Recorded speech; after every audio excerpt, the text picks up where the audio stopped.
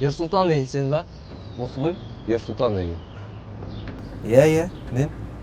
Хей, біліп тұр ғой. Просто бандиттер сияқты сұрап отыр. Тыныштық па жігіттер? Не болды? Тыныштық емес қой сол. Жаңадан келіп, шу шығарып жүр дейді ғой сен, ә? Түсінген? Қалай түсінбейсің? Түсінбейтін несі бар? Қызыма көз салып жүр екенсің. Біздің баланы ұрыпсың. Духовистсің ба не? Мен ешкімге көз салып жүрген жоқ.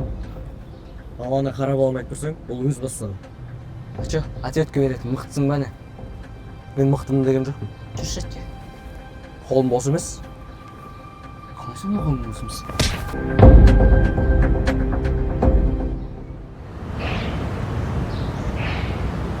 Өсірден шаршап кеттім, Аружан қашан келеді? Соға. Қас кеп қалады, не болды? Бүгін неге ерте қайту керек еді?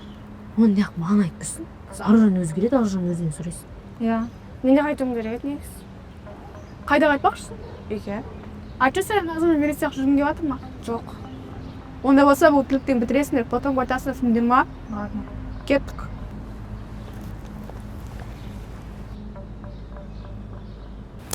Олармен ерегісіп ешнәрсе таба алмайсың. Олар көп қой, бәрі жеңе алмайсың. Сонда не істеуім керек? Амалсыз көнесің. Мен де көрініп жүрмін ғой.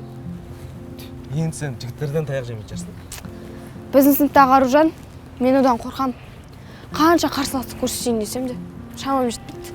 Мына мектеп таза буллинг екен ғой, Иә, амал жоқ. Олай жай сөзге түсінбесе, бір шара қолдану керек. Қалай? Аружаннан буллинг көріп жүрген қыздар бар ма тағы?